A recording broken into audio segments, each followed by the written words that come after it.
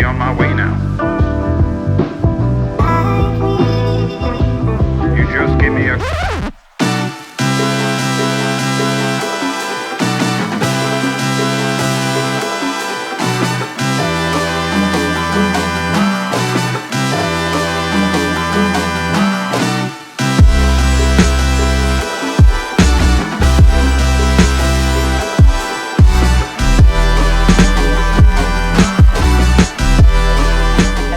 care about the money. I just really care about everybody coming together and learning, and we coming together and becoming something great, because everybody needs a jump start. If I had like different opportunities or came across certain things when I first started, I would have jumped on it a long time ago, but I never seen it or experienced it.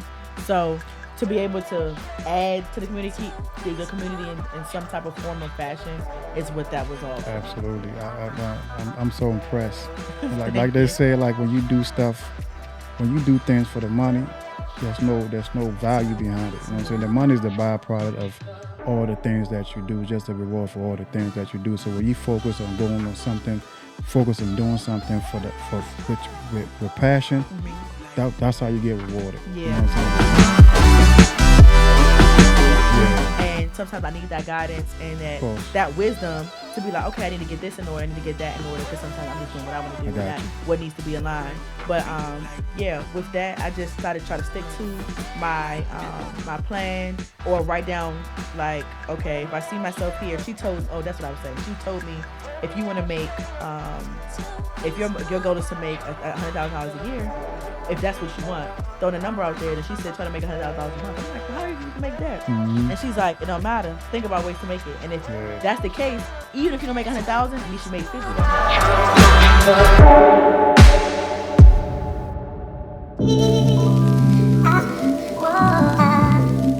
I define a boss as someone who's in control of her path and her destiny.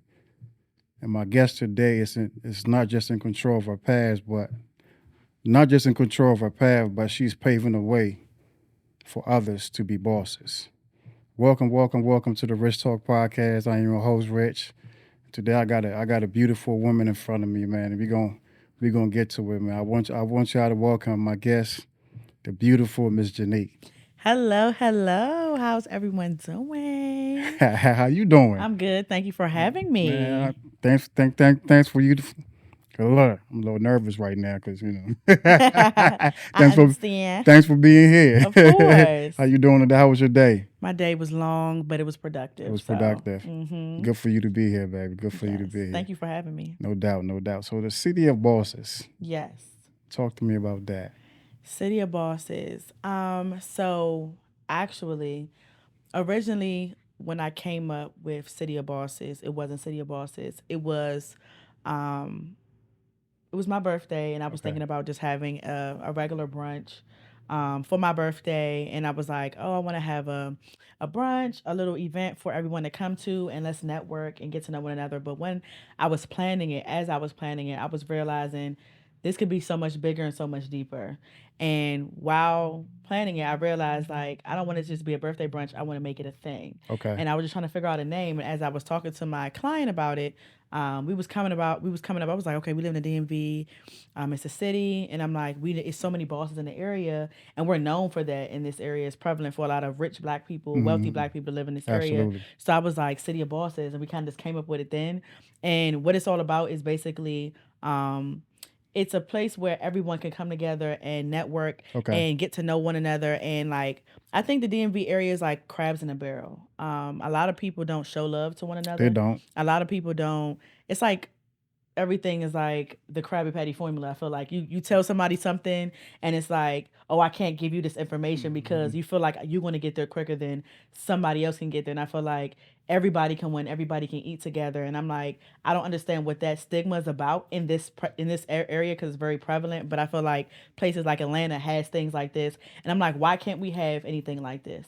And I believe like we should be the change that we want to see. Absolutely. Absolutely. And with being the change that we want to see, I was like, okay, let's start throwing a networking brunch. And in this brunch, it was like, if you're local, you have local talent, you do anything, we could show love to one another. And I wanted to make it a genuine space, not places where everybody can just feel like you want to be competitive. It's about, you could do the same thing that I do. We still can eat together. Like, why do we have to be competitors? Why can't we just show love to one another? So I wanted it to be that space to where, and even the resources that you need, that you can't get, because I don't believe it's just about what you know how to do. Sometimes it's about who you know. Yeah. And by networking, it can set your whole career or wherever you're trying to do, set it on top to the next level just by meeting somebody. Yeah.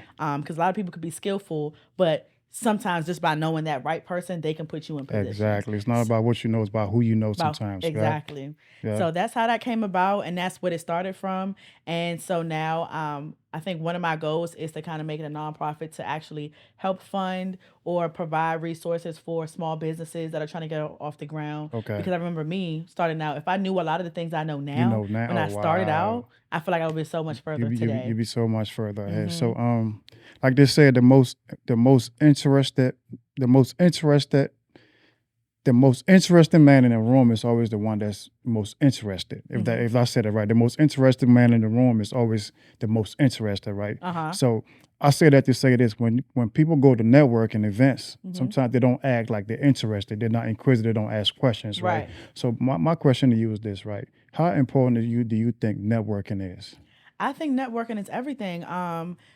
And sometimes I see it from two viewpoints. Okay. I think networking is everything. I feel like you can come in a room if you network, because even when I did have my event, everybody that was on the panel that I had said that they met this person or they talked to this person, or even one of the person that we had, his name is Brian, and he does real estate. Okay. And they're called Accelerate to Six Figures.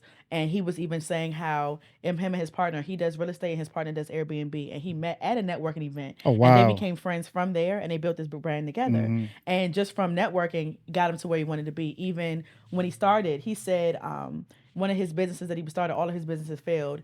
And he seen somebody on Instagram that did exactly what he did. Exactly. And he said he reached out and asked him a question, and he became his mentor. And that's how he got to build his brand to where it is today, and how far he got. So just knowing that sometimes asking a question or just talking or opening your mouth, because they say closed mouths don't get fed. Absolutely. I was just about to say that. Closed mouths don't get fed. Absolutely, yeah. So just knowing that you can open your mouth and ask a question can make or break your future. Yeah. Why not network? Exactly. Why not put yourself in the right rooms and become, even though it's like a lot of people is for small businesses, I still want regular people to come, because you can still gain knowledge from these people, even if you have a regular 9 to 5. Like, if you don't know something about taxes, they can help you with that information.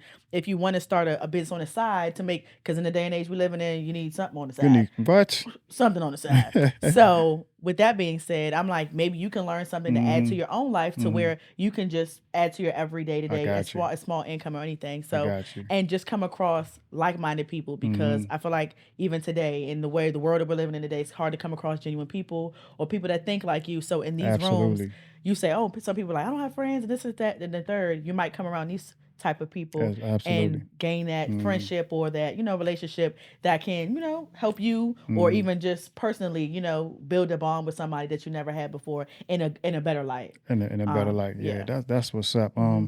So you just had an event, right? Yes.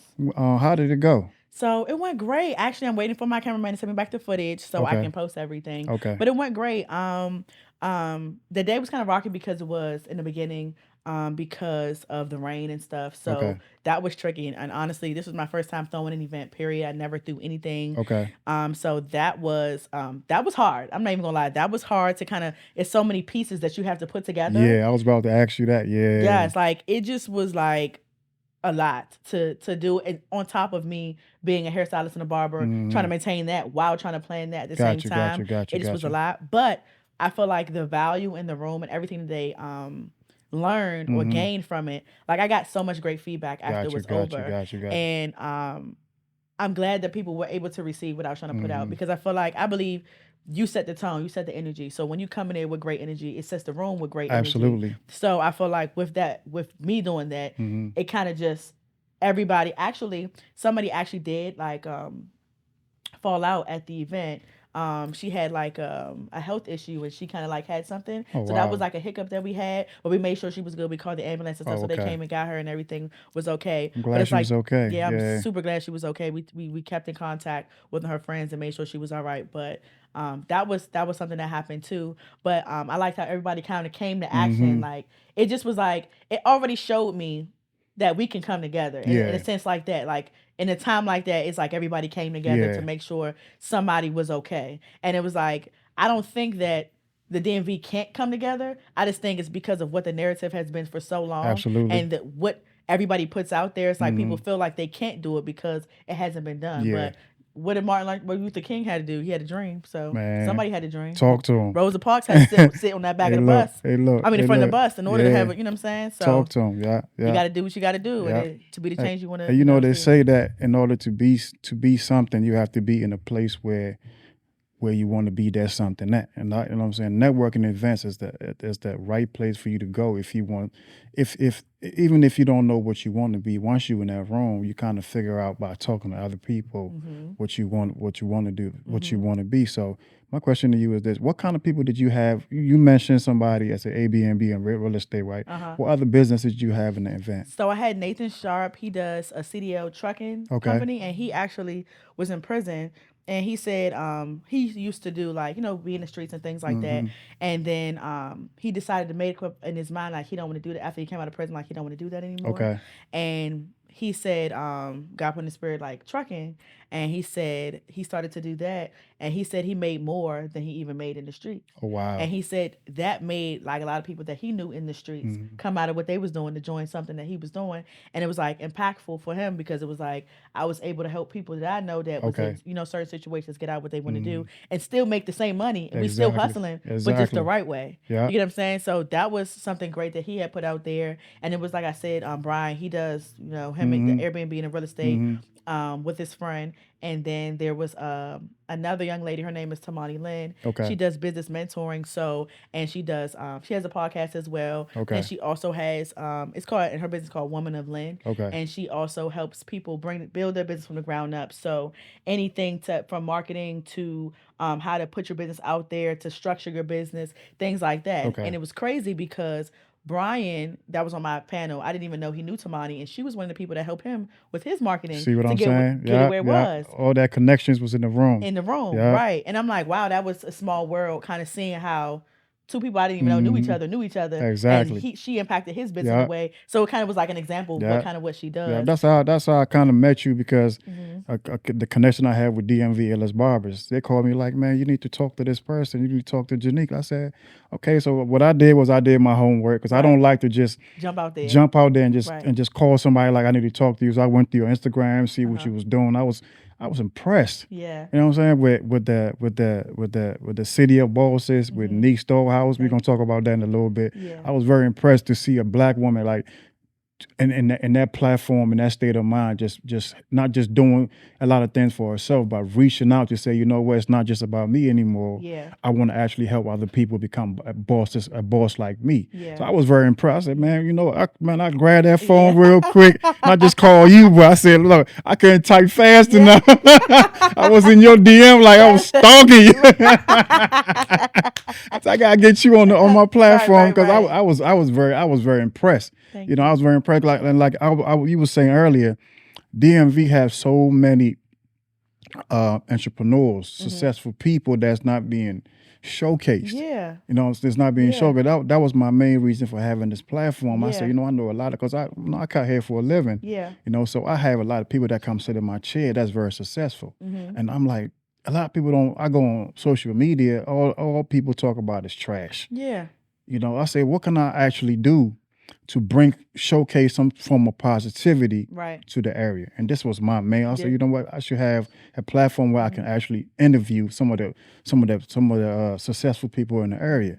So that was my main goal. So when I see what you're doing as far as the city of bosses, I'm like, it warms my heart. Yeah. But you're doing the same thing that I'm doing, just a whole different formula. You know what I'm saying? So that's and what's that goes up. to show that people are thinking the same way. Exactly. We want the same thing. Yeah. We just got to do it. Exactly. You know what I'm saying? Because the people gonna come. It's there, and it's like just like you say, it's a market for everything. But something like that is just so powerful, and I feel like everybody should get, they praise the same people. Don't show love to everybody. So I'm like, it's time to be the change. I don't like, you know what I'm saying? I don't feel like stepping on nobody's toes. It's just like, why can't we just win together? We all can get rich together. Why can't we? Because information is free. They say if a black person don't want to know something, put it in the book. Oh, you're absolutely right. And knowledge is power. Knowledge is absolutely power. Absolutely. Knowledge.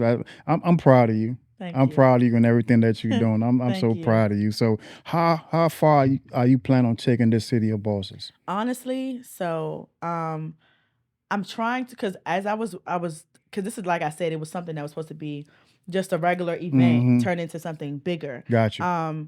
Now I'm trying to figure it out because I never did something like this. So I'm trying to figure out the right way to go about everything, the nonprofit. Because like I said, I had a business before. So I'm trying to start everything from the beginning the correct way. So even then, I want to take it from city to city. We can go do different events there. I'm like, we can continue to have small events. Like I'm even thinking about having like a yacht brunch. Okay. I'm trying to think about doing that for like next year, like planning that one, like make it a big thing. Because people like exclusivity, people like fun stuff. Of course. You know what I'm saying? So make something for somebody to look forward to, and in the same space, bring value in the room. Like the people to come in and speak, and everybody feeds off of each other. Because one thing that I did love that we did have at our first event was when I said everybody take advantage of the networking time. They actually did. Like, wow. Even one of my friends, she's very timid and very quiet. She was walking around the room, so I was proud to see that. Because I'm like, once you set the tone in a room and energy matters, everybody else starts to follow suit. So it's like, it all depends on that. And I really was happy about that. Like, I really liked that, the fact that it wasn't, to me, people do ticketed events, whatever case may be, or whatever the case may be. But regardless, it's not about the money for me. Absolutely. At all. I don't care about the money. I just really care about everybody coming together and learning, and we coming together and becoming something great, because everybody needs a jump start. If I had like different opportunities or came across certain things when I first started, I would have jumped on it a long time ago, but I never seen it or experienced them. So to be able to add to the community in some type of form or fashion is what that was all for. Absolutely. Me. I'm so impressed. And like they say, like when you do things for the money, there's no value behind it. You know what I'm saying? The money is the byproduct of all the things that you do, just a reward for all the things that you do. So when you focus on going on something, focus on doing something with passion, that's how you get rewarded. Yeah. You know what I'm saying? With money, with relationships, with people around you, with, you know what I'm saying? Just helping other people become not where you are, maybe elevate to a little bit further than what you are, is what brings people joy. I mean, that's what brings me joy. So I'm proud of you. Thank you. You know what I'm saying? Just keep going and keep going. And you know what I'm saying? Like they said, sky's the limit. Sky's the limit. Let's talk about your profession. Yes. What do you do for a living? I am a hairstylist and a barber. Okay. You were senior cosmetologist. Senior right? cosmetologist and a let's barber. Get that right. Okay, let's say it. Senior cosmetologist and a barber. Okay. I'm actually trying to get into trichology. Okay. So that's. Can you explain to people what you know what I'm saying? What trichology is? Yeah, please. You all here with the big words. So trichology is the study of the scalp. So a dermatologist is the study of the skin, and a trichologist is the study of the scalp. Okay. So I deal with a lot of clients that have alopecia, balding, things like that, and a lot of scalp issues or balding issues. So with trichology is the study of the scalp. Okay. I can take this machine and I could basically put it to the scalp to see what is wrong with their scalp. Because sometimes it's not about just, I have a bald spot right here, so I did something to my hair, or somebody made my hair fall out. It could be medicine that you're taking. Okay. It could be food that you're eating. Some things can be hereditary. Some things, and a lot of people don't know these things, so they automatically, and then sometimes medicine or whatever product can counteract whatever they're taking and can make something else. So it's like the science behind it all. Now, I'm a beard certified trichologist, so a doctor, you have to actually go to nursing school and everything like that to be a trichologist, like a dermatologist, because you have to go to become a licensed doctor to be able to do something like that. But I'm becoming a certified one, which is I'm going to get, there's certain things I can do on a certain level. Okay. So I'm going to do those things, and then whatever else they need, I can send them to a trichologist, a real doctor, to go get like the blood work or whatever the case may be. But it can help, because a lot of people, I deal with people with balding, and I do the male hair replacement units and the woman units. A lot of people don't want to lose their hair. Okay. A lot of people want to keep it first. And so if I can do these treatments, we can see if they can keep their hair. And then the alternative option is you can get a unit, or you can get a wig because I sell hair too. So those would be the alternative options. But if I can do those scalp treatments to help them grow their hair back, then that's really what the That's goal what's. is. So I'm trying to become a trichologist as So, well. so you know, you're a barber, so you can relate to what I'm saying, right? A lot of people will come sit in your chair and they will have a bump, or they will have a ringworm, or they will have any form of alopecia, and they blame it on you. Yes, they do. They said, when I came in the last time it wasn't there, I said, if you know about your health, you know this don't have anything to do with you sitting behind my chair. It can be stress. It can be unhealthy eating. It can be the way. It can be your hygiene. It can be all of that. You know what I'm saying? It can be genetics. Yeah. It could be so many things that can cause something, and that's what they need to find the root of it. Because if you say you're a barber and you've been cutting me all the time, and I've always used the same clean clippers, I always use these things.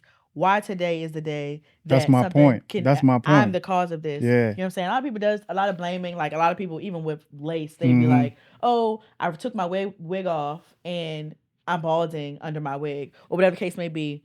Was it the way that you pulled it off? You pulled your wig off and you pulled your edges with it. Exactly. You're supposed to use a certain spray to lift it up, and now you're blaming the person that installed it, but because you didn't know how to remove it. Instead of asking, "How do I remove this?" You remove it, however, and then come back and blame say, "I made you bald." Yeah. So I just feel like that's the point of educating them. That's the correct point of when you use your terminology or you speak to the client, they know what you're talking about. Exactly. So they can't even dare But accuse. you know, sometimes it's ignorance is bliss, right? Oh. And sometimes it doesn't matter how much you explain to somebody. Once they got in their mind that you did it, it doesn't matter what you say to them. You did it. You did it. You did it. Yeah. It's your dirty tools. Like you said, I've been cutting your hair for 10 years. I've been cutting your hair for this amount of time, never had an issue with you. All of a sudden, it's my fault. Right. And even with people with conditions like that, I refuse. You got to say, go to a medical professional to go check out what's going on with your scalp before I can continue to cut you, because I don't want to pass on anything on my clippers to somebody else. So if I see something, the first thing I'm saying is, well, did you do this? I'm asking questions first. And then I say, well, go ahead. You're going to have to make an appointment with your dermatologist. Let me know what they say. Gotcha. And then we can come back and get you right. But until then, I can put these clippers on you and put it on the next person. I got you. That's crazy. So being a senior cosmetologist and a barber, what kind of services do you provide? Because I know you provide certain services that some barbers don't provide. So can you, Nick, tell me some of the services that you provide? So as a barber? As a barber. So I do like facials. I do like beard wash treatments with the steam treatment. I do the hot towel, steam, regular stuff. So and you do the what you call it, the hair replacement too, right? Yes, male hair replacement units. Okay. I do the 3 week and the 3 month. The 3 month is like the lace units. 3 week is like so the loose hair. Can you give me tell me the process of the hair replacement as far as the males is concerned? Okay. So well, first I'll ask them to send me a picture. Okay. So I can see, because you need 3 weeks of growth on the side. Okay. So I can see how long it is, because depending on how long it gets is how we can blend it into the side. Okay. So if it can't blend that way, we got to see what type of units you can get. Okay. Because you can do a 3 week with a full unit. Like you have to literally create a shape up, create the whole thing, or you could do it with the 3 month, which is a loose hair unit, and it's like, you know, the toothpaste style one that you can just glue on all together like one. But that came easy to me because I do wigs and stuff. Got you. So it was kind of like hand in hand. Once I knew how to cut, I knew how to do lace. It was easy, honestly. On my first try, it was like easy to me. But it did take some practice though, but to get used to. But yeah, for the 3 week unit and the 3 month unit, the difference is one is lace and one is loose hair. So with the 3 week, you just lay it directly on the scalp, and with the 3 month, it's like lace and then you put it on top of. So you saying when you say 3 weeks, they have to come back in 3 weeks for? Yeah. So that's how long it lasts, like 3 to 4 weeks. Because since it's a loose hair, like the 3 month, you can get it braided. You can put color on it. You can wash it. Okay. You can do different things to it. You can put a twist out. You know, you want it long, you want it short. You can have options. You can have it your way. You can Burger King it. Okay. You can put a little cornrow back in and a little bush in the front. However you want it. You know what I'm saying? That's up to your preference. So what's the price? What's the pricing for that? The price difference. So for the 3 week units, if it's the half head unit, that one's $300. Okay. If it's the full head unit, that one is $500. Okay. Then if you do the 3 month unit, that one is $600 for the half head. And depending on, it's not necessarily, I say, if you want a full install, some people want them like, that's rare though. But if they say they want like dreads, because you can do a dread unit. Majority of them are usually always half units when they're doing the full one. Okay. But there is a full one. But if they want like a dread unit, that Mhm. was like $1,000 because you Yeah. have to like custom make the dreads, make them, and you got to buy the piece. So Okay. even all of this is including the hair too.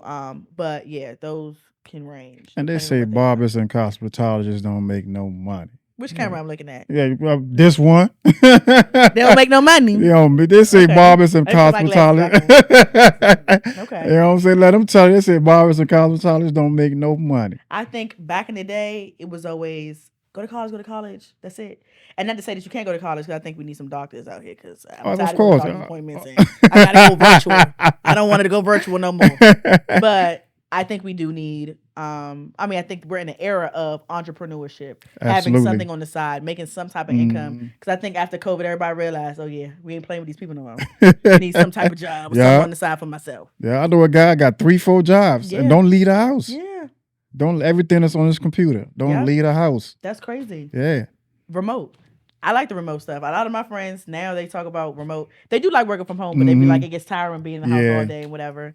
But yeah, I think it's a lot of revenue in hair and barbers. Period. I think it's a misconception that they don't make no money, but you can make some money. So you ever pay Nick's Dollhouse, right? Yes. Can you talk about that a little bit? Yeah. So Nick's Dollhouse is just my brand. Of course, me being a hairstylist barber, so I even do I do wigs, I do sewings, I can do short haircuts like pixies, relaxers, finger waves. Honestly, everything under the sun. I used to do braids and dreads. I stopped doing those because I do so many things. Yeah. It was just too much to. I'm gonna let whoever else have it. Like I Got don't need you, to do got you, everything. got you. But I'm the type of person that I continually educate myself because it's always the need to know, or somebody might want something new. Tell them. So you got to keep on staying on top of being educated because even after school, there's so many things that you don't learn in school that you can learn outside of. So and I preach education so much. Yes. I know. Hopefully they listening. Hopefully.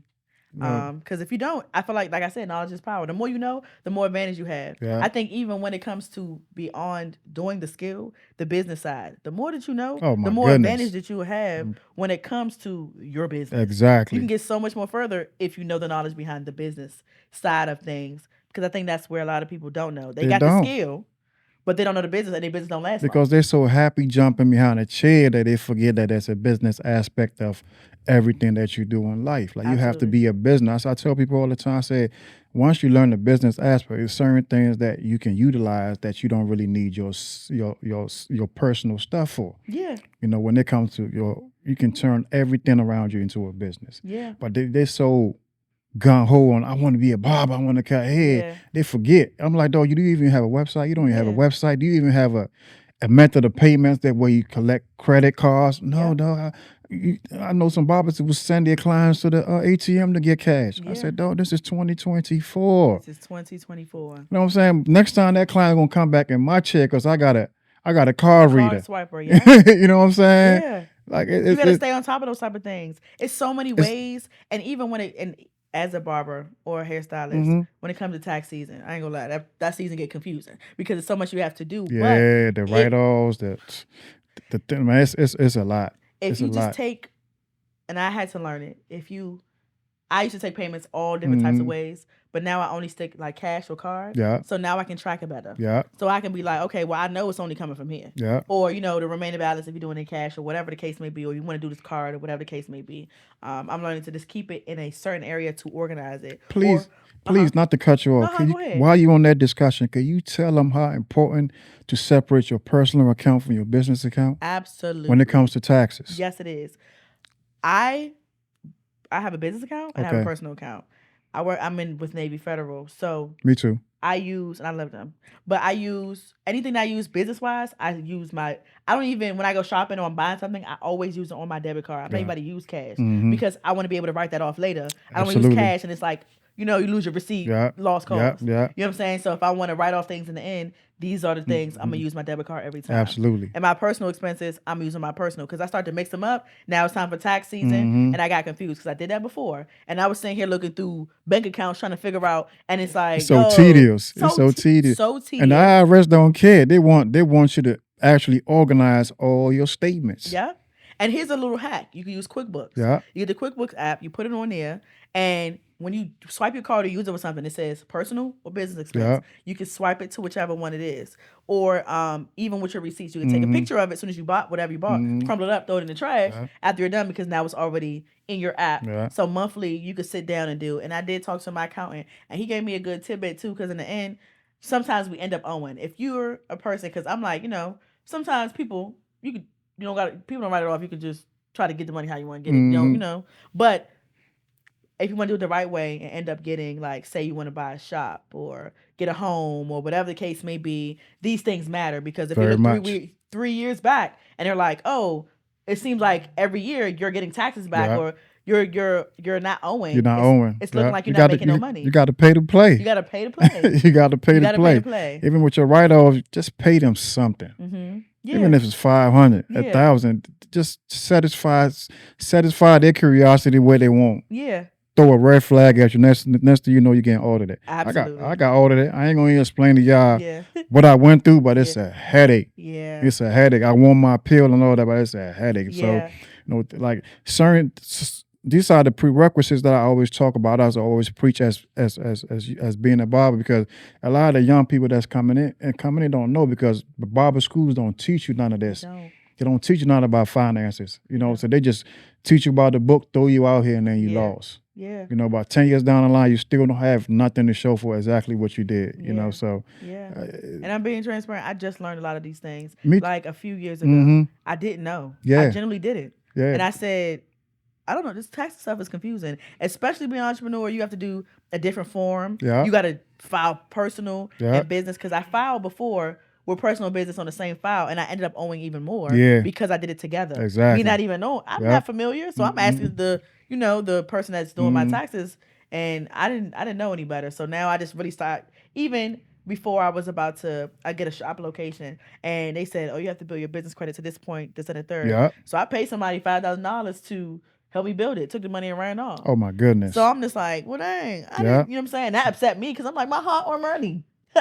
We gave to you. And it's always our people. It's always our people. So the little things, you need to learn it. Like, I preach it every time I have a barber or a cosmetologist on my show. I preach business. You have to learn the business side before you start cutting hair, because it will get you in so many doors. If you want to do real estate, if you want to own your own shop, if you want to get a house, stuff like that, you need some type of taxes for you to get there. But a lot of these kids don't. They just want to cut hair. Yeah. They don't want to. They don't even know how to cut hair. Yeah. Or they want to. A lot of these cosmetologists, they just want to do hair because, like I said, I don't blame them, because barber school don't teach you none of this. Most of this stuff I have to learn on my own. Yeah. There's business side of it, not separate my business account from my personal account. Yeah. Not even using debit cards anymore, using straight business and business credit cards, and using my debit cards to pay off my credit cards. Yeah. People don't understand that, Yeah. And the perks with credit cards, people don't understand. You get rewards. You get rewards? My Amex card, my platinum card. Yeah. When I tell you how much rewards I can take 3 vacations right now if I want. Yeah. Because I just swipe. Yeah. I don't care what it is. Yeah. I gotta buy me a piece of gum. Here. I swipe it. Yeah. When I go home, I do my accounting myself, and then I say, this is what I need to pay for the week or for the month, and I just pay it off. Yeah. So there's little things that you need to do as a barber or as a cosmetologist to set yourself up for the future. Yeah. So let's talk about how you started with cosmetology, or on your path to being a barber. Did you always want to be both, or you just started off a cosmetologist?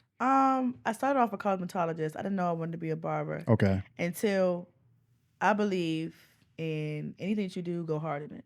Absolutely. Do everything you possibly can do. If you want to make a light bulb, make LED, make round, square, big, small, whatever. Just do whatever you can. Absolutely. To make it profitable for you. So when I started out with hair, I was in high school. I went to Gwen Park High School, and I got my cosmetology license in high school. Okay. And when I continued to go into the class, I realized, like, oh, I really like this, because I was asking 1,000,001 questions. I was always on time. Like, even when I passed my state board, I passed it with an A with flying colors on both of them. Okay. The theory and the practical, because I was so interested in it. And that's when I realized I want to do hair. So when I got out of high school, I was doing hair on the side, and I was doing it at home, and I was doing it on the side, and not until 2000, because I graduated actually 2016. Okay. So when I graduated high school, I was on the side and I was working. Then after that, I went to Bowie State for actually a year. I went for a business degree. Okay. And then they messed up my transcript or whatever the case may be with schooling. So they dropped my classes. But by the time they gave it back, it was only like one class available. Mm-hmm. So I said, well, I don't like to be unproductive. So I said, well, I'm going to barbering school. And I said, I wanted to cut hair, but I didn't know I wanted to. Until I got there, it's not Okay. until I found the passion for it. Okay. So I was like, you know what? It's another thing I can add on. You know, I could cut hair, do women's hair, men's hair. Mm-hmm. And when I got there, I realized that I don't have to have a degree to do what I wanted to do. So I didn't go back to college. I finished out with barbering school. And I was doing it on the side. I was cutting hair and doing hair on the side. Okay. Until I realized that I was working at I think Bus Boys and Poets at the time. Okay. So you had a 9 to 5 while you was cutting hair. While okay. I was doing it. And when I realized that I was making more on the side than I was doing on my main job, that's when I stopped. 2018, I was full fledged from there, and I never looked back. Since then. I was just doing barbering and hair. And okay. Yeah, that was it. Wow. You are a successful person, right? And I see it, like from doing my research, from just talking to you. You have a level of business mind that's above average, right? Where did you learn your business acumen from? Honestly, well, my family's entrepreneurs. Oh, okay. So my mom and my dad, well, both my parents from the Caribbean. Okay. What They're part? from Grenada. Oh, okay. Because last time I talked to you, you said you was going back there, Yeah, right? I actually okay. just came back like a week or two ago. How was it? It was great. I needed a break and I loved it. I loved it so bad. Hey, you don't need a break till you realize you need a break, Yeah, right? so you need a break. And I believe when you're an entrepreneur, sometimes you need to take those well-needed rest times because you be going and going and going, and sometimes you forgot what day it was. Like, you just need to take a break sometimes. Man, Get a rest. my producer, right, Black, like he had to go out of town for like all last week, right? Which was impromptu because I'm a worker. Yeah. Right. So he said, Rich, I gotta go out of town. So in my mind, I'm like, fuck. Yeah. What am I going to do, right? Yeah. Today I seen him today. I said, dog, that was the best rest I ever got. Yeah. Honestly, you know what I'm saying? What? When he left, I said, dog, because I don't know how to relax. Yeah. I don't know how to. I always like, even when I'm home, I'm doing something. Like I'm doing something. That's the mind of an entrepreneur. It keeps going. I'm posting. I'm reading. I'm researching. I'm like, what I'm saying? Yeah. He tell you, like, I get bored sometimes. I call him for some shit that he already did. Right. Like, Rich, I'm on it. Pause. You know what I'm saying? Rich, I'm on it. Right. I got it already. I got it already. Like, all right. I'm like, never mind. But yeah, so continue on with your parents. I'm sorry. No, you're fine. But I do believe that you should get rest from time to time. Don't overwork yourself. Yeah. And don't. I'm working on it. I'm doing the same thing. I'm working on this. Take your time, because you get stressful. Like I came from a family where my mother and my father, all they did was work. Yeah. So that's all I know. That's all you know. That's all I know. Like, especially if it's something that I love to do. Yeah. It's not. It's not work to you. Work. It's passion. It's passion until I get to sit down and I'm like, oh, I'm tired. I'm tired.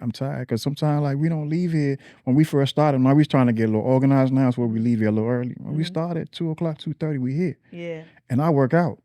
So I leave here, go home for 2 hours, go to the gym and come back here again. Right. So this is like, I live here. Yeah.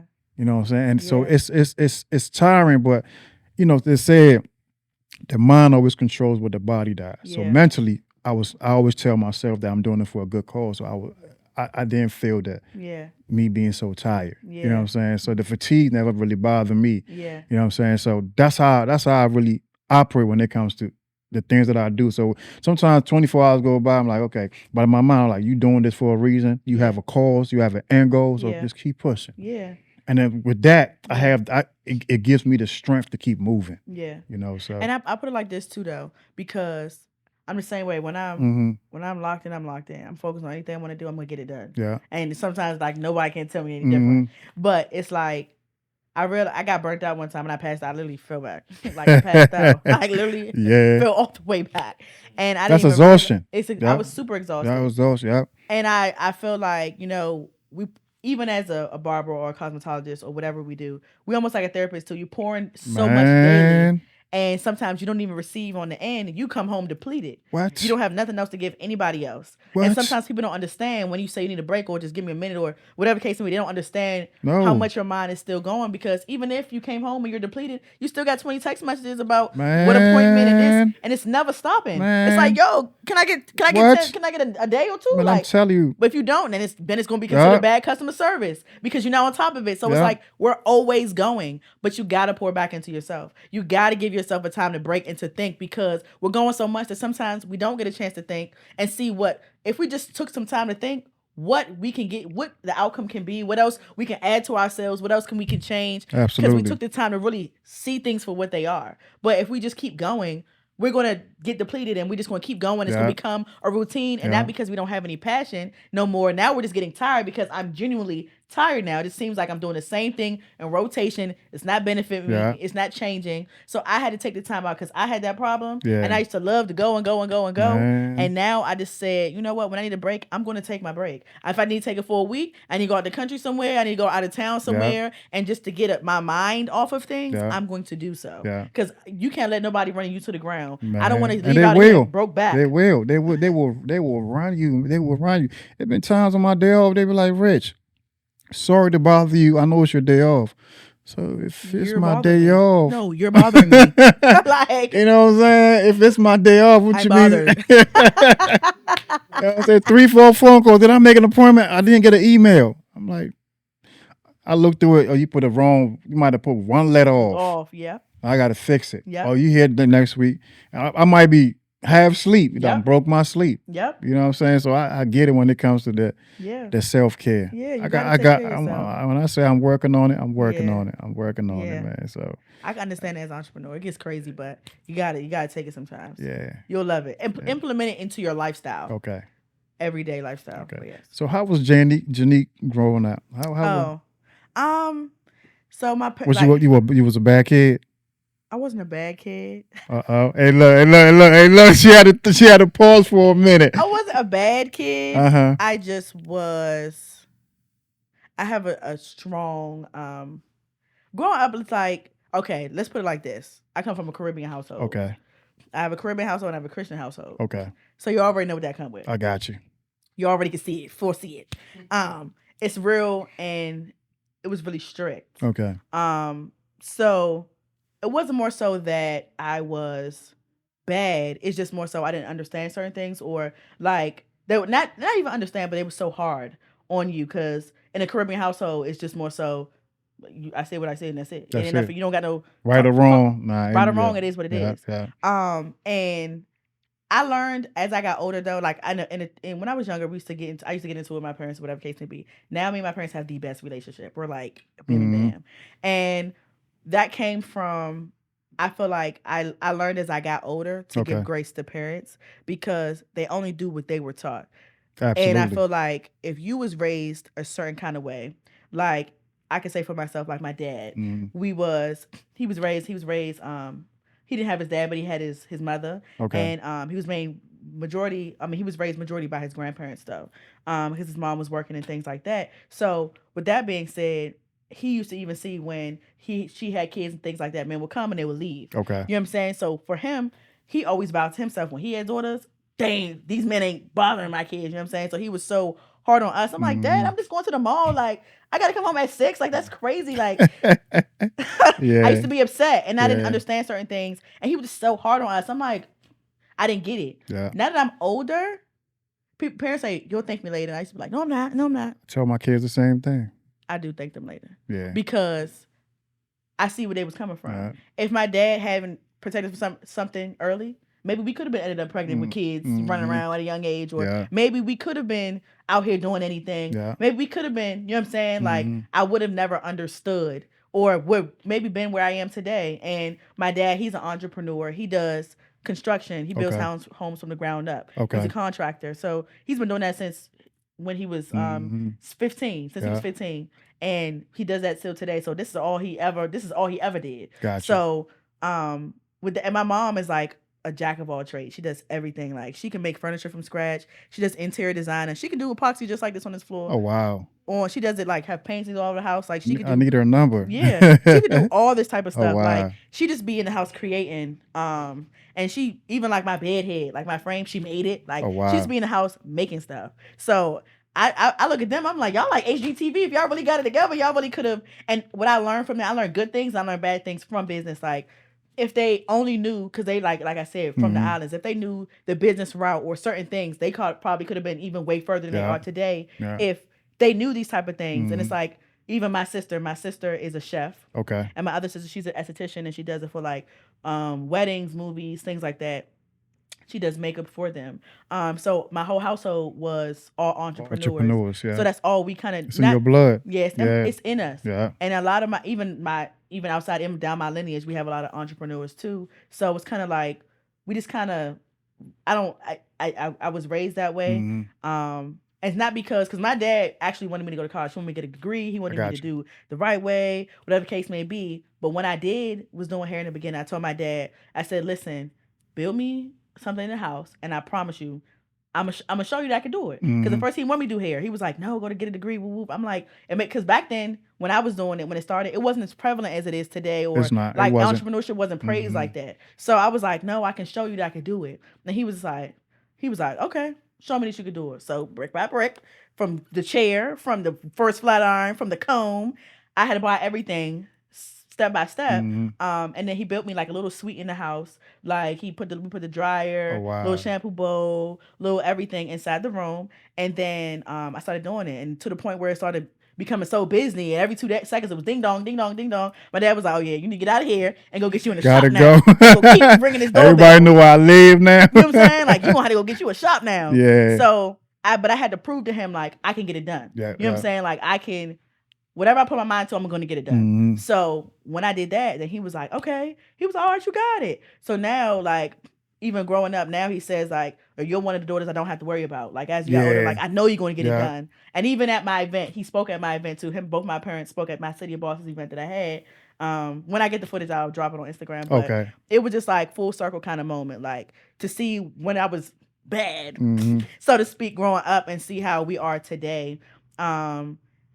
I'm appreciative. Okay. And I'm appreciative of the way that my parents have raised me, or how they instilled in me, because I believe in, train up a child in the way they should go. Yeah. And they'll never depart from you. So I feel like that's what they did, and here we are. Yeah, because when me growing up, my parents were they was hard on me too. You know what I'm saying? So what I learned from that was, and one day, right, I ain't gonna lie to you, one of my boys, right, I had got on him, and he told his mother, and that I took that with a grain of salt, and from then I treated my kids different.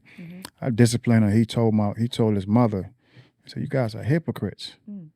I said, so his mother was like, "What do you mean?" He said, "You guys was my age before. You guys did all of this that I'm doing, but you guys are punishing me for it to a certain extent where I don't feel like it's fair." So when I realized what he said, he made sense, because we are. Yeah. A lot of things that we trying to punish our kids for, we did the same thing that they did. So I took a different approach and realized that my kids, I'm not here to really punish my kids, but to guide them. To guide them, teach them. Because regardless of what you tell them, experience is the best teacher. Yes, it is. So you have to be able to guide them with knowledge. Yep. You know what I'm saying? With certain details that when they go out there, they be like, damn, my dad said that in a way where I could understand. So let me not go this way. Yeah. I just need to instead of go that way. And since I have taken that direction, it helped me as a parent. Yeah. So I'm not so straightforward with my children with screaming and yelling and punishing them in a way where I talk to them now, where even though it's not a way where they be like, okay, my dad is demanding this type of respect from me, but the respect is still there. Yeah. Where they be like, they respect me so much where they're not close-minded when it comes to telling me certain things. Yeah.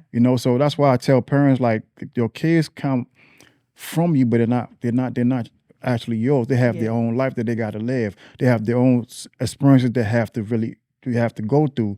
You just have to be there to guide them sometimes when they fall, because it doesn't matter what they say when they go out here. It's so much that they deal with that what they need is actually your guidance. Yeah. They don't want to go out there and confused because they left the house with you yelling at them. Yeah. And now we're going to go ask somebody else out here for the Exactly. advice rather than go back to our parents. And then we're Exactly. going to hide it from you. And we just, Exactly. you know what I'm saying? You know, so that the strong family background is important, but you have to find a way to actually get to your children. Yeah. And that's what I think as we got older, that's when our parents realized. Mm-hmm. And we ended up having a whole conversation about it. And they apologized. Yeah. Like we had a conversation and they understood. Yeah. Because the way they were raised, Mm-hmm. and when they went to school, the teacher beat you, the principal beat you, the mom beat you, the neighbor beat you, everybody beating you. Like, you got to shut up. Like, especially coming from a Caribbean home, you know what I'm saying? or coming from a foreign background, Yes. like lashes is part of the culture. Yeah. You know, so I get it. You know what Yeah. I'm saying? My I'm mom like- never really put her hands on me, but back home, I wasn't born yet. Back home, it was part of the culture. Where you from? I'm from Ghana. Yeah, I wanna go to Ghana so Yeah, I'm from Ghana, so back home you get lashed. Yeah. Ain't no ifs, ands, or buts about it. Yeah. You getting your butt whipped. Yeah. You know what I'm saying? So And that's why I always tell people too, the way you were raised or what people put in, it can really stem off your entire life. yeah, Because you can have a healthy household with two Yeah. parents in it, or you can have a dysfunctional household with two parents in it. That just because you was married, and if Yeah. it was dysfunctional, the kid still sees that Yeah. and still reads off of that and be like, later on they probably be like, I don't want to get married because of what they seen. Of course. You know what I'm saying? Or Yeah. you can have a healthy single parent or whatever the case may be, and because it's healthy, it's like, oh, I can still aspire for marriage. Yeah. It just didn't work out for. It all depends on how you raise your kid or what you put into them, Yeah. what you saying to them every day. Absolutely. Is what's going to really stem them off. Just like the language, a Yeah. child don't know if they're going to speak Chinese Nope. or Spanish or Nope. English. You just start talking to them to and they pick up on things and it just becomes secondhand nature Yeah. to them. Yeah. And sometimes I always say this too, because you were raised a certain type of way, you sometimes, even though you may not have liked something or whatever, you subconsciously sometimes become what you didn't even like. Yeah. Like if you didn't like somebody yelling at you all the time or whatever case may be, and then you may go out here and start dating and you just Yeah. start talking and you Yeah. might yell when you're talking Yeah. and people be like, you don't mean something by it, but you realize like, dang, I subconsciously became what I didn't even Yeah. like. You know what I'm saying? Because it's almost second nature. You've been doing this for so long, Yeah. or been around it for so long, and that's why I say it's an imperative who you have your kids with, who you with, what happens. It's very because- imperative. Like I'm learning that now because like we all make our mistakes. Absolutely. So you gotta understand that your environment is who you are. Unless you break that mold, Yeah. you're always going to be the product of your environment. But Yeah. you can always escape your environment. Yeah. You don't have to always do it physically. You can do it mentally, psychologically. But you have to break that mold. Yeah. That's the only way that you progress is the mold has to be broken. Because Yeah. if you come from a home that's mostly known for abuse, that's who you are. Yeah. Until you say, you know what, this is not right. Mm-hmm. You know what I'm saying? Because you desensitize to that type of culture, to that type of environment that you become that part. You know, it was a story about two kids that grew up. Their dad was an alcoholic.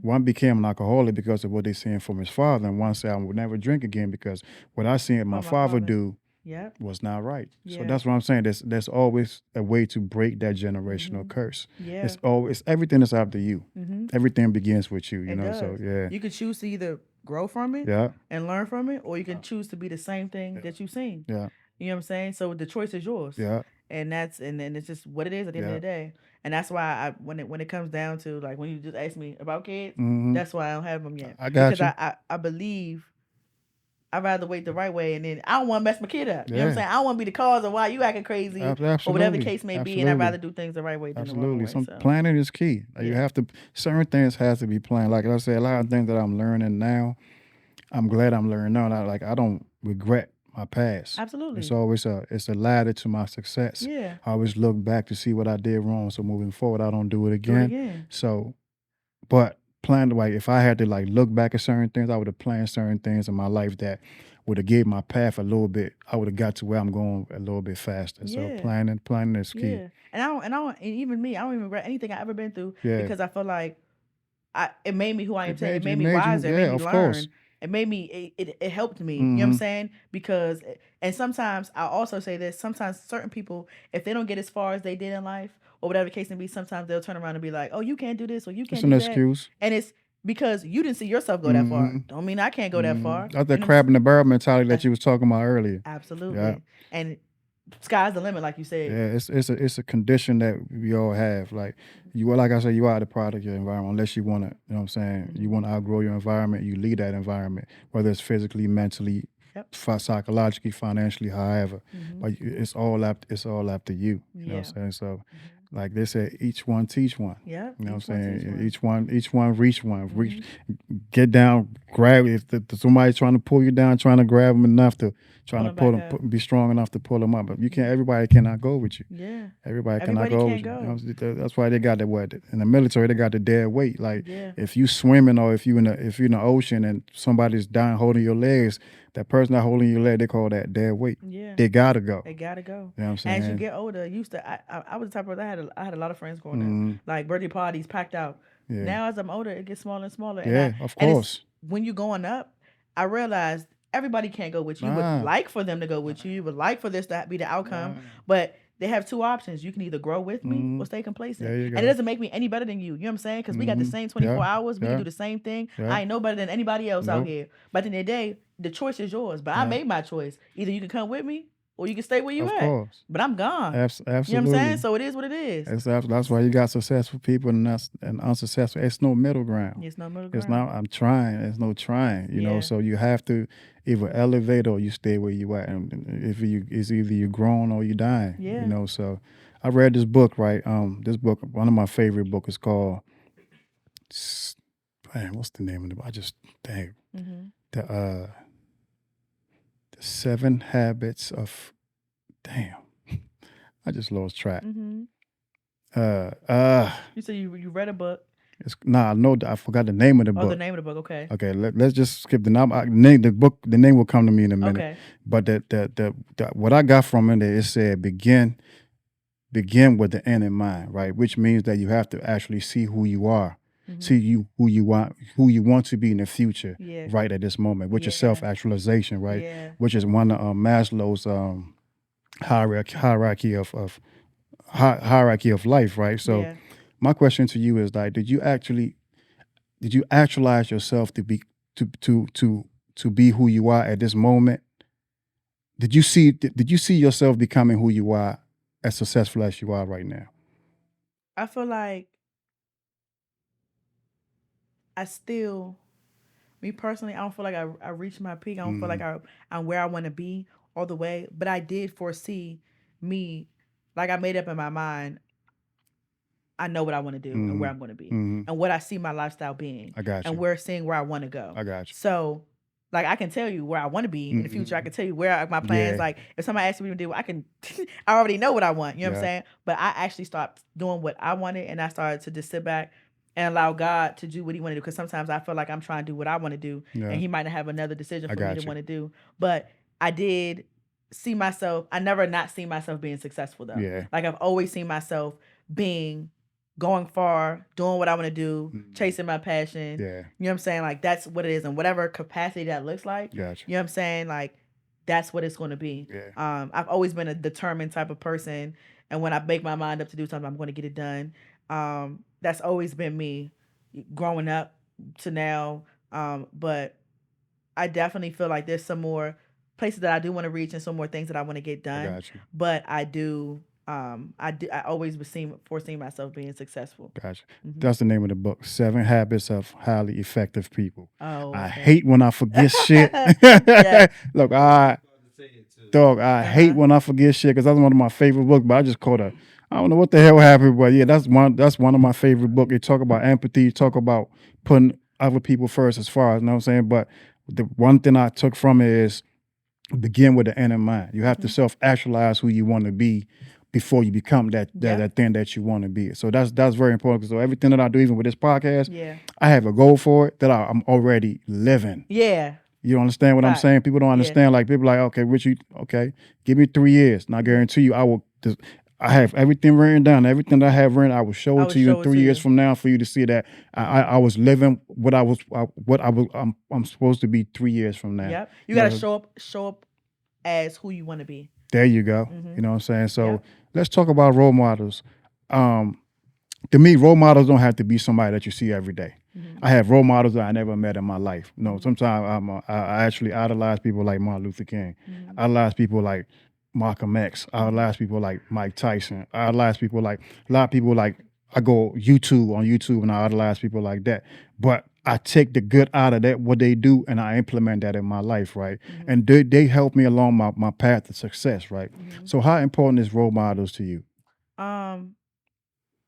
And my mom. Uh-huh. I'm sorry. My mom is my number Yeah. one role model. Like everything that she does, like I mimic that. You know what I'm saying? Not to cut off the No, you're wisdom, but go good. ahead. No. Yeah. Role models. I feel like my role models. Mhm. I think I'll still take it back to my parents and Okay. stuff. Because even seeing how they grew up and what they came from, Yeah. and to see where he is today, like Yeah. my dad said, he used to say his biggest wish for Christmas was to get a tin of corned beef to himself. You know what I'm saying? Because he had so much siblings, they all Man. had to break down. It's like you ain't had no shoes. You know what I'm Yeah. saying? To see like you came from that, and my first time actually going to Grenada was Mhm. 2020. Mhm. No, 2021. Okay. And that was my first time ever. No, 2022 Mhm. Christmas. Yeah. And that was my first time I ever went. And they used to always tell me stories, so I ain't never want to Yeah. go. I'm like, what's over Yeah. there? Like, Yeah. but when I went, it changed. I tell them all the time that trip was life changing Mhm. to me because I seen it in actual time. Yeah. Like, you know what I'm saying? Like, we over here, we in America, we complain about a lot of things. Man, But I'm look. like, you go over there and you really don't know how good you Yeah. got it until you see how good you got it. Yeah. You know what I'm saying? We complain about small stuff on my phone, acting up. They probably can't get to the next phone place Man, till they go to the next island over. I'm You telling know what you. I'm saying? So I'm it's just telling you, yeah. to see that you came from this. Yeah. You know what I'm saying? And not to even say, because the island's beautiful. I love it. Like, and it's like, you know, but you have your poor areas, you have your richer areas. Of course. And to see that, you know, he's showing me his roots. My parents took me back Yeah. to her land where she grew up, the house she grew up in, the school Mhm. she went to. So Right. I'm seeing everything in real time. And I'm remembering the stories they told me. And to see, like, this is where you came from. Humble beginnings. Humble beginnings. That's why our parents are so tough on us, because they don't want, they've been through so much and they want so much for us. But like I say, I think it's the message. Yeah. You know what I'm saying? If the message is delivered a little bit better, Yeah. I think we will be more, you know what I'm saying, more, we will actually listen better. Listen you know? better. Yeah. Yeah. And I believe the way you speak is how people gonna receive it too. Of Because course. you talk Of course. at me, I'm not hearing. I'm in Yeah. defense mode. I'm about to Especially with children. What? No. I'm about to retaliate at Yeah. everything that you're saying because of the way you're saying Yeah. it to me. Now, if you're saying it to me in a calm manner, Mhm. I'm gonna hear you. Yeah. But even then, like my dad, he the type of person, he'll give you the shirt off his back. Yeah. Like he's such a giving person, such a loving person. Mhm. My mom, her mother was the same way. My Yeah. grandmother, and they're like. They always draw people. Like since I was a kid, I think I was the same way. Like people that always was going through something or whatever, they always drew to me. And I always used to tell my mom, like, why do people like that always talk to me? And I always find myself helping somebody or in that position to do something for somebody. And I didn't mind it, but I just never understood why that was like that. And then I find out like my grandma was like that. My mom was like that. Like my grandmother used to adopt people. They used to stay with them growing up and things like that. But just to be out there physically and see what they kind of been through and seeing where they came from, you know, not even having a physical shower. I'll be outside, you know what I'm saying? And now seeing how far they came, how far they can get there, you know, get what you want. You don't got to worry about nothing. And you did it off of just being an entrepreneur as well. And, you know, providing for your family and doing what you got to do to make it out. You know what I'm saying? Because a lot of people don't have the opportunity, even from foreign countries, to get a visa, to be a citizen, to this. Tell you. My aunt got sent back. You know what I'm saying? I've seen things like this happen. So to see that you got this far, you know what I'm saying, without, and you know what I'm saying, by the grace of God and by you doing, you know, what you do best, that's inspiring to me in its entirety, because I'm like, there's no excuse. Absolutely. There's no excuse. And I feel like there's so many ways to make money in this day and age. There's no excuse. No excuse. You shouldn't be in no position that you're in. This is your greatest weapon right here. It is. Put the guns down, put the weed down, put the liquor down, grab you a phone. Yeah. You don't understand how much information God this and phone. Google. What? I like that. God and Google, GG.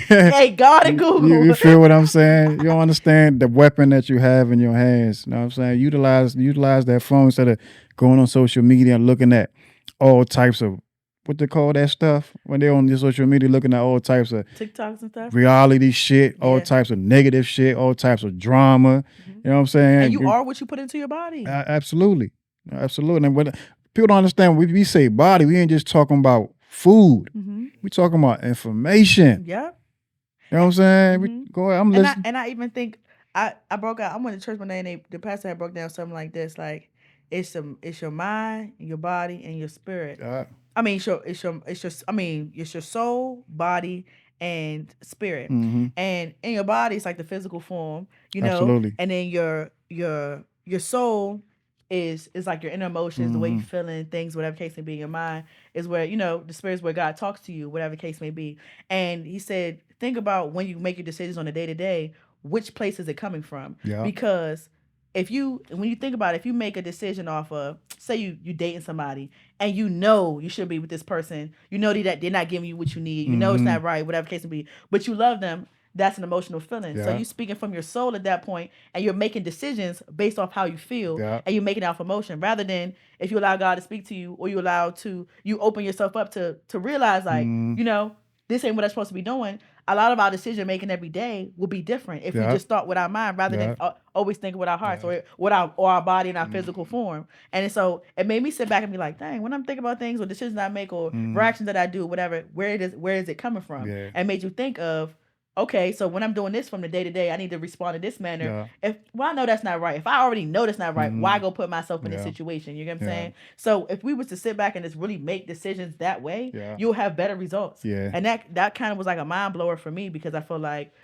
a lot of people don't do that, and a lot of people we move off reactions. We move off of emotion, and then it sets us 10 steps back. If we would just sit down and just really think, and really make it make sense, or really, pray and ask God for guidance or discernment before we just go and just be like, let me just do this. Yeah. And then we set ourselves back. We got so far just to step ourselves 10 steps back. Yeah. So if they do that, I just feel like it'll be better. Yeah. But the heart is the first organ that's built when you are conceived. So that's why most people operate from the heart. You know what I'm saying? Because the heart is where they said the seat of consciousness, the seat of consciousness is. So every form of consciousness comes from the heart. So we all operate from the heart, but like you say, we have to use discernment to actually to use it. And there's not just that, Decipher when emotional you use it. intelligence, critical thinking for you to decipher what's right and what's wrong. Because the first thing that we pierce when we see something, you know what I'm saying, it comes from a level of emotion. Yeah. You got a lot of people out here locked up right now because of 2-3 seconds of, you know what I'm saying, emotion. And if they would have just stood there and thought about what they were going to do, they won't be in that situation that they are today. So it's you have to think. That's why I put my kids through certain simulations where they have to think with certain questions that I ask. What happens if this happens? How are you going to react when this happens? You know what I'm saying? So you have to actually always exercise the brain when it comes to being emotionally intelligent, or have a certain level of critical thinking. So I agree with that. Yeah, I agree with that, man. So it's beautiful. It's beautiful. So how far you plan on going? I mean, I know the sky's the limit, but I think my next step, like, I want to be, my goal, and I see myself later in the future like a serial entrepreneur. Okay. So even beyond, I feel like City of Boston can go super far. I want to take that to where as far as it could go. As far as like, building those connections, networking, maybe taking it from city to city, throwing different events, maybe traveling somewhere as a group, you know what I'm saying? Like, just building it as far as it can get. And then even with Neek's Dollhouse, after a while, I don't want to be behind the chair forever. Like, I want to be able to be, maybe one of those hair moguls that can go at those panels, be at the shows, or like do movies behind the scenes, or just be that one person, or a mentor, or a teacher, or things like that to educate and teach, the upcoming stylists, or, barbers, or whatever the case may be, in their craft. And I want to do some things with residual income, like come out with products, come out with maybe a flat iron, maybe, you know what I'm saying, curling irons, different things like that. And also like get into flipping houses, like do residual income so I can have investments, property, making money in my sleep while, you know what I'm saying, while I'm doing whatever I'm doing today. I don't have to physically, because as an entrepreneur, every day as a service provider, you have to physically do work to get paid. And I want to be able to, if I can't work today, or I don't want to work today, have that option. You know what I'm saying? So I want to have, multiple salon locations. So while I'm doing whatever I'm doing, we still got money coming in, and hope still alive, and actually real educated stylists doing what they need to do, and bringing back that industry the way it was back in the day, not just how it is today. Because I feel like people just doing hair because it's the next best thing to do, but they don't have no passion behind it. They don't have nothing. They don't know. They're not educated on product and using things that's breaking people hair off and doing all these different things. So bringing back the true salon and just having multiple of them, maybe salon suites too, and then all I gotta do, I could be able to, if I get married, have kids, we can go abroad. Cause I don't know. I'm after going to Grenada that one time, I'm like, yo, I can live out the country and go back. I don't know. So I'm like, I might go out the country for 6 months, come back, Yeah. check on the businesses, Yeah. and then come back. And I'm also chasing a level of peace. I think as I'm getting older, I want peace more than anything else. And I don't want anything chaotic. You know what I'm Yeah. saying? So I just feel like once I get that, I just want to build generational wealth for my kids. Something when they get older, they can have something that I can leave back for them, and they could be good and set well, and not have to worry about certain things. So, really, just that, honestly, and just going as far as this hair thing can take me. If it takes me to the moon, that's where I'm going. Okay. So that's how I look at it. Man, that's beautiful. That's beautiful. And this one thing I meant to ask you that I kind of forgot, but I just it just dawned on me, right? And I think this is a point that people need to know that's coming up, or just trying to find their way, right? I think people don't understand that successful people have some real strict daily habits that we have to always adhere to, right? Yeah. What are some of your daily habits that you don't break? So I have a schedule. Mm-hmm. I may work from 9 to sometimes 10, 11 p.m. Mm-hmm. And I gotta be at work at 9. I take my clients, and one thing I would say that I am bad at though is I do need to eat. Yeah. I don't. Yeah. I sometimes work from the morning all the way to the end of the day. Me too. So I'm trying to break that habit because I need to eat. Yeah. And I end up eating late late in the evening, and that ain't good either. Yeah, me too. So those are my and I know that I have to get certain things done with my book, so I have to make time to go on my books, organize my books, making sure that every client is responded to, go through my emails, go through my text messages. You say no DMs, they still gonna DM you, so you're gonna go through your DMs too. You know what I'm saying? Make sure that everything is organized. Make sure I reached out to every person. Okay. Make sure I have no more messages or anything for that day or anything. Make sure everybody's things are organized. People may book things, but I reach back out to people like, hey, did you mean to book this? Whatever case may be, you know what I'm saying? Make sure you know anything added on, whatever. I just go and make sure I do my daily check-ins. Yeah. And then after that, then I should be good for the day. And at the end of the week, I try to go through everything and see okay, well, what did I make? What did I do? What do I need to do? Sometimes I write down monthly or weekly. I think about a quota that I need to reach. I'm like, if I'm trying to get here and I see myself being here, what do I have to make daily to do this? And one thing, I have a mentor, my cosmetology teacher, we talk to this day. And from high school. And that's I call her about every little drop of a dime. Miss Allen, should I? And because she had a salon for years. So that's my go-to when it comes to stuff like that. Gotcha. And I'll make sure to figure out, make my plan out. Sometimes I run my plan through her and talk to her. She's real spiritual too. So she'll tell me hold on, just pray about it first, whatever case may be. Yeah. And sometimes I need that guidance and that wisdom to be okay, I need to get this in order. I need to get that in order. Because sometimes I'm just doing what I want to do and not what needs to be aligned. But with that, I just started to try to stick to my my plan or write down okay, if I see myself here, that's what I was saying. She told me if you want to make if your goal is to make $100,000 a year, if that's what you want, throwing a number out there. And she said, try to make $100,000 a month. I'm like, well, how you can make that? And she's like, it don't matter. Think about ways to make it. And if that's the case, even if you don't make 100,000, at least you make 50 that month. You know, that means you're 50K closer to the 100K. And it's say you make the next month, or say you make 40K, or say you make this. You done made your quota in 3 months. You know what I'm saying? Before the year was even done. So try to make that your goal, and then you'll see way more money by the end of the year. And I was like, that's a good idea. So now I try to make things. I'm like, okay, step by step. Let's try to make $1,000 days. Let's try to make $2,000 days. Let's try to make, and what can I do? Which services, what higher end services can you do that can make you more amount of money in less time? So you can get some of my time back too, because I feel like time is everything. You need time to rest, think. And I feel like I don't want to overwork myself anymore. That's not my goal. I want to be able to get some of my time back. I don't want to feel like I can't be a part of anything else in life. I'm missing birthday parties, family events, this and the third. I still need a life outside of my career. Yeah, absolutely. You know what I'm saying? So I'm trying to get some of my time back. So I'm trying to implement those things so I can be able to go into the gym in the morning because our body hurts. I'm or trying to go to the chiropractor, get a massage, do whatever I need to do to take care of my body. That I have to stand up all day, bend over, do all these things to shampoo your hair, and you be in pain. At the end of the day, sometimes I be like, oh, my feet hurt so bad. Oh my God. Absolutely. And you just got to implement those things. So I'm trying to stay on top of those things now. Okay. And I think my biggest thing right now is balance, trying to balance everything because it's I think hard I think every successful person has a hard time with balance. finding balance. Yeah, Everybody that I speak to that's making over $1 million or more, that's the first said, Rich, balance. I gotta find a way to balance my work life and my personal life. Yeah, It's not easy. it's not. And most of the people that I kind of talk to as far as successful, they single Yeah, because they feel like nobody can actually keep up. keep up. Not just that, they don't have the time to be in a relationship. Yeah, and You we know, work with our hands all day. yeah, I can't text you all day.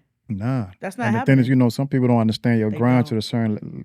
They don't understand your grind to the point where they get upset at you because you didn't hear the text go off because you're so busy, and you So busy. respond 4 or 5 hours later. Like, it's not disrespectful. I just didn't. You know what I'm saying? It's just I'm Genuinely. busy. So Yeah. yeah, it's real. Like, and the one thing I'm gonna tell people, find a structure. Like, find a daily structure and don't break that structure for nobody. Yeah. That's how you make. If you want to know the secret to success, find you a structure. Yeah. If you get up at 6, from 6 to whatever time you get off or whatever time you go to sleep, structure it. Yeah. And then like you said, make time for. I'm trying to do that now, where I'm making time for myself, where Yeah. I'm evening structuring and lunch breaks. Yeah. I take an hour off, and even if I'm not eating lunch, I'm still getting off my feet for an hour and refueling and getting back in the check. Sometimes you stand up so much, you get upset at the next client coming in because you're so tired. Yeah. Honestly, I'm not gonna You know lie. what I mean? Yeah, I'm like, damn, you can't You be like, 5 minutes late. You know Or what I'm even when they saying? come early, you be What? like, dang, that was an extra 10 minutes. I could've sat Exact, down man. for, I say the same thing over. So structure is very, very, very prevalent. Yeah. You have to find a way as a barber. You have to treat this like, if you work a 9 to 5, you structure, because you don't structure yourself, but your 9 to 5 structures it for you. Yeah. You know what I'm saying? So you have to employ the same type of Yeah. mentality when you're Yeah. doing this. And And go, I'm listening. even as an entrepreneur, Mm-hmm. like you said, the business structures a lot of things for you. It structures a lot of things for you when it comes to if you get sick, you got disability insurance. If you need health insurance. Yeah. If you got to take out the taxes for you, Yeah. you got, and it's like so many roles as an entrepreneur that you have to play, even with marketing. Staying on top of, I worked all day. Now I gotta go post content. Yeah. Now I gotta make the content. Yeah. That take a little second sometimes too to make that Now I content. gotta promote. So we didn't even talk about marketing and promoting. We didn't even get to that aspect. Yeah. So it's a lot. People think, the thing is, right, people don't see. I was listening to some on my way here, and the lady said people don't see the roots. All they see is the tree. Yep. They don't see the foundation. All they see is the tree that bears the fruit. Yep. They don't see what you had. What it took. What it took for you to get there. Yeah. Oh, Rich, how did you get there? You really want to know? Do you really? Are you going to really implement the things that I tell you for you to get there? Once I start to like, that's tough. Yeah. Oh, that's okay. I'll talk to you later. Yeah. So yeah. And how much time it takes to even what get it done? What? Like sometimes they say 24. It's 25/8. You know what I'm saying? Like you don't got no time. You don't have no time. When you close your eye, you waking back up. What? You be like, I gotta go to the gym. I'm dragging to go to the gym. Yes. I'm telling you, man. The older you get, the harder it is for you to act. But the thing is, it's all like, the universe is mental. All is mind. So you have to, like, once you're mentally strong, the body follows you. You know what I'm saying? You have to have power over your mind. Don't let your mind have power over you. Exactly. So that's what's up, man. So one last question. Yes. I ask everybody this. I want to know this. When it's all said and done, when you hang your, what you call the stuff, your curling irons up, right? and your clippers up, and you got all these successful businesses with residual income, with passive income, where you ain't doing nothing, and you sitting back on your big old yacht in the middle of the ocean, just chilling, man. What do Janique want to be remembered for? That's a good question. What do I want to be remembered for? Wow. I never thought about it. What do I want to be remembered for? What legacy do you want to leave behind?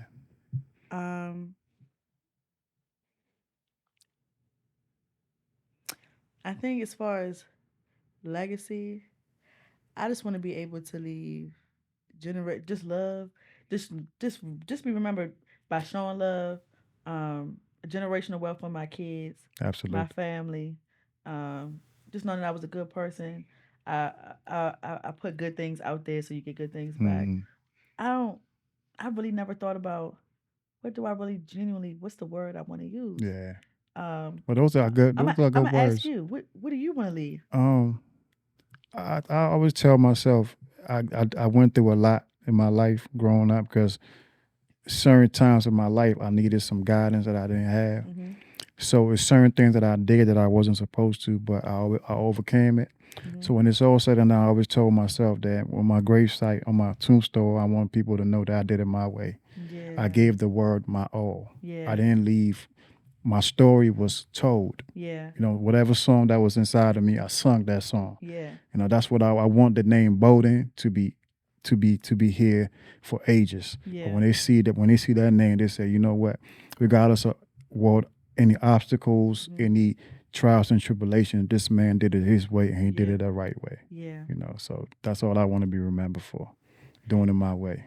I agree. Yeah. I think being known for actually for doing the work and getting it done. Yeah. And it wasn't a handout. I actually did the work and got it done. Exactly. Like I put my all into Yeah, it. And at the end of the day I could say I did it. You know what I'm saying? Like Yeah. I'm sitting back like I did you it. know, the accolades of I really did the work to get it done. And you know, now family and kids will be set. All those blood, sweat, and tears was worth it. Yeah, all them blessed. That standing up, feet hurting. You know what I'm saying? It. All them corns. No, I'm joking. All them corns and everything else, okay? I ain't got no corns now. Yes. Well, I appreciate you. I appreciate you for taking your time me. to come sit down with Old Rich, man. I appreciate you, man. So, you know, this has been another. Matter of fact, before I say that, can you tell the people where they can find you at? Yes. So my Instagram is Neeks Dollhouse, NIQUES Dollhouse. And for City of Bosses, that's City of Bosses __. Okay. And you know where to find me at. I ain't gonna say it, but you know, this has been a very entertaining episode, very educational episode, man. We're gonna keep bringing you out this every week, every segment. Man, I really appreciate you for coming. Thank you. I learned so much. No, I learned so much too. I learned so much, and I appreciate you, man. Hope you have a good weekend, a good rest of your week. Make a whole lot of money. We're gonna do it. You know, I got a little cash out. Throw me a couple of thousands. You know, I got a lot of kids I gotta feed. We see y'all next week. Y'all have a blessed night. Peace.